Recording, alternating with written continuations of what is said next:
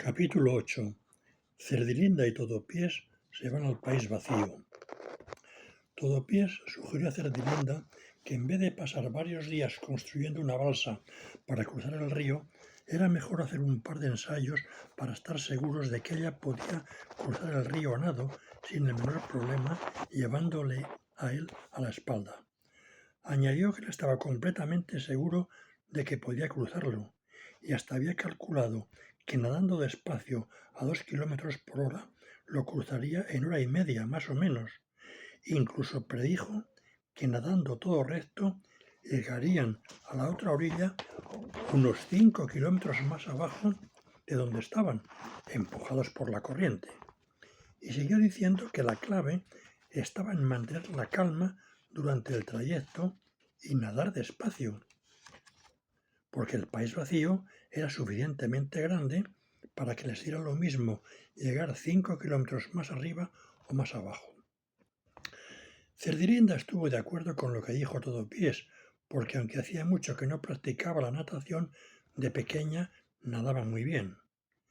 Hizo un par de ensayos nadando cerca de la orilla con Todopiés, haciendo mediciones de espacios recorridos y tiempos empleados en recorrerlos, y ambos quedaron muy satisfechos. Todopiés insistió en que debía de nadar más despacio, sin apenas esforzarse, porque tenía que nadar mucho tiempo. Cruzar el río a nado, le explicó muy serio como si fuera un experto entrenador, era una prueba de resistencia, y lo más importante era aguantar mucho tiempo nadando, aunque fuera muy despacio, así que acordaron hacer pruebas de resistencia al día siguiente. No hizo falta más que un ensayo para que Cerdilinda y Todopiés se convenciesen de que podían atravesar el río sin problemas, porque Cerdilinda estuvo nadando sin parar 1 hora. Es verdad que el ensayo lo hizo cerca de la orilla, pero sin tocar el fondo, y no se cansó casi nada. Al amanecer del día siguiente, Cerdilinda, antes de empezar a emprender el viaje para tener fuerzas, se comió todas las bellotas que le quedaban en la bolsa y metió en su lugar un centenar de esmeraldas de la mina de Todopiés. Mientras tanto, Todopiés fue a recoger su catalejo de largo alcance y su remo pincho telescópico. Bueno, lo del remo pincho telescópico es un aparato muy especial, ya lo dice el nombre, ¿verdad? Un remo que podía pinchar y que era muy largo y que se podía estirar o encoger. Bueno, esas eran sus más preciadas posesiones, porque el catalejo ya sabemos lo que es, ¿verdad? Y habían sido heredadas de un tío abuelo que había sido pirata en el océano proceloso. Cerdilinda permitió que Todopiés trepase por una de sus patas traseras hasta la espalda, donde se instaló cómodamente enganchado una veintena de pies a una veintena de sus cerdas. Ya sabéis que las cerdas, ¿verdad?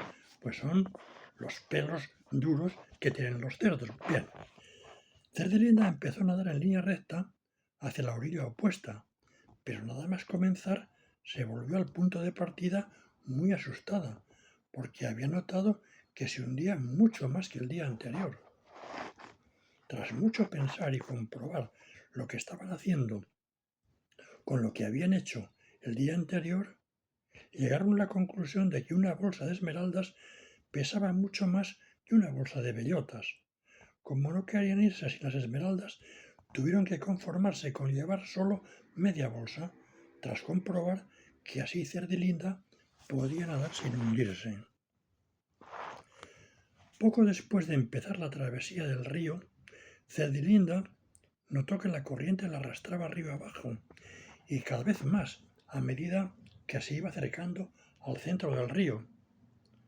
Al cabo de 1 hora ya había cruzado más de la mitad del río, pero se sentía muy cansada, tal vez porque se había puesto nerviosa. Le parecía que faltaba mucho para llegar a la otra orilla, y dijo a Todopiés que no estaba segura de que pudieran llegar, pero que no se arrepentía de haberlo intentado, porque prefería morir ahogada a morir troceada.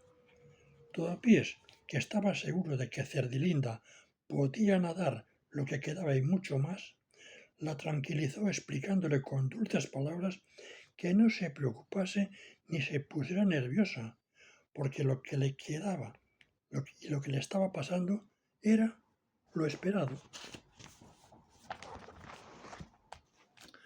Le dijo que era casi imposible que se pudiera hundir y que podía nadar todavía más despacio con la seguridad de que antes de una hora estarían a salvo en el país vacío. Luego le dio un masaje en el cuello con una veintena de sus patas y comprobó que se había relajado y tranquilizado. La gorrímana pensó que había sido una excelente idea llevar con ella al Ciempiés. Después del masaje se sentía completamente recuperada.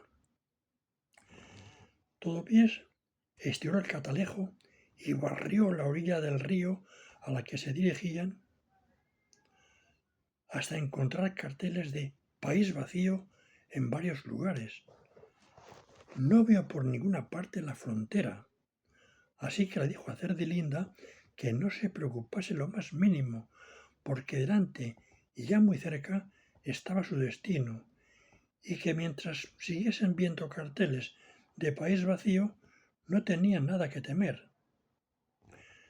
Cerdilinda siguió nadando muy animada tras oír lo que le dijo el Ciempiés, y en poco más de media hora llegaron a la orilla.